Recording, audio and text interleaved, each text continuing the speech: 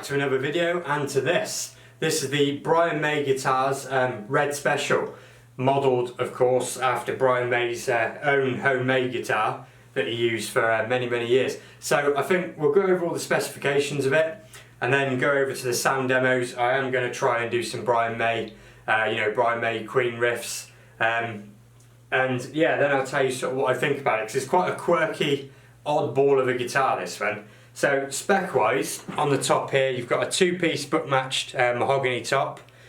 It's a mahogany body as well, but it is chambered, so it's nice and light. The neck is a one-piece mahogany neck. I'll show you the machine heads there. These are lock-in Grover tuners, little mini ones for this tiny headstock. And that is a rosewood fingerboard, 24 frets. Pickups, you got the trisonic pickups, modelled after Brian May's of course.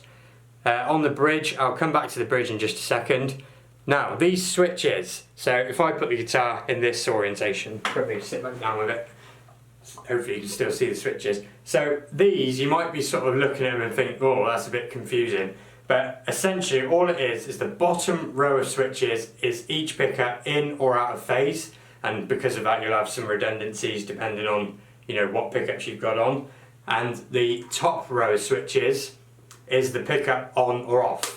So it is as simple as that. So the controls might look a bit weird, but it is just a case of switching pickups on and off, and then you've just got a volume and tone, like normal sort of thing.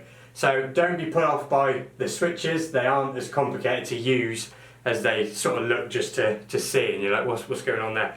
It works quite well.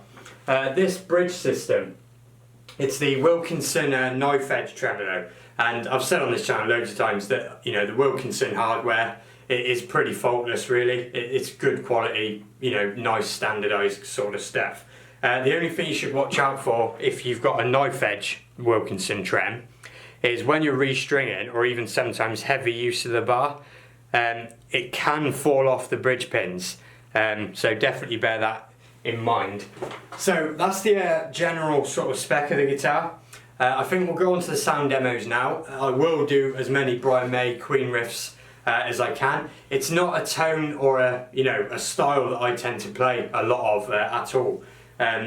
It's one of them things where I've always liked their music, but as a player it's not really the sort of thing I've gone down the route of, but we'll do it anyway. I'll show you how they sound clean as well, because to be fair, they do sound nice when they're cleaned up, as well as simulating Brian May's wall of AC30s. And then yeah, I'll come back and sort of go over a few more of its quirks, and that'll be it. So I'll see you in a minute.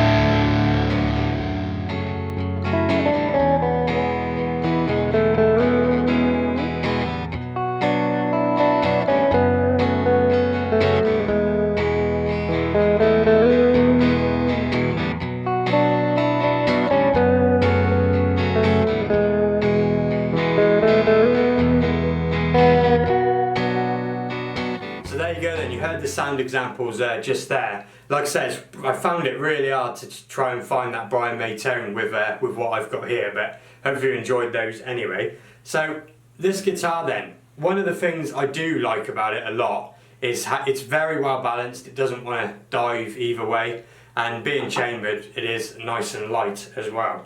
But you know, like I said, I'll always be honest on this channel with everything, and there is a few things about this that I was a little bit that threw me off a bit, and that is because this guitar is only a 24-inch scale, and then the body is sort of pulled back a little bit, not as much as like an SG, but it is pulled back, so it's not familiar at all. It feels completely different, and to sort of get to know it and to try and start playing it, it does really throw you off. And to be fair, I think that if you're not after a Brian May guitar, a Brian May tone, i.e. you're a huge Brian May fan, I don't think I'd recommend this guitar over other guitars in its price point, such as some PRS SEs, Fenders, you know, some of the Epiphones, lower end Gibsons, whatever. I would pick those all day over one of these, just because of how much of a different guitar it is.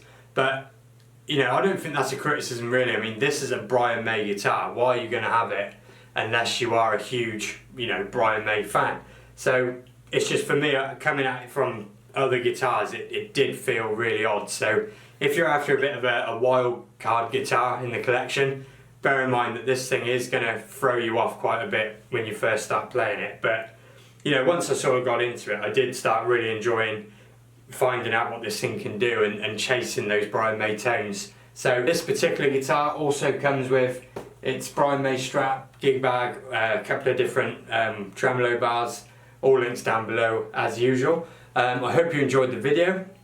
Again, you know, another different type of guitar, and I'll see you again on the next video.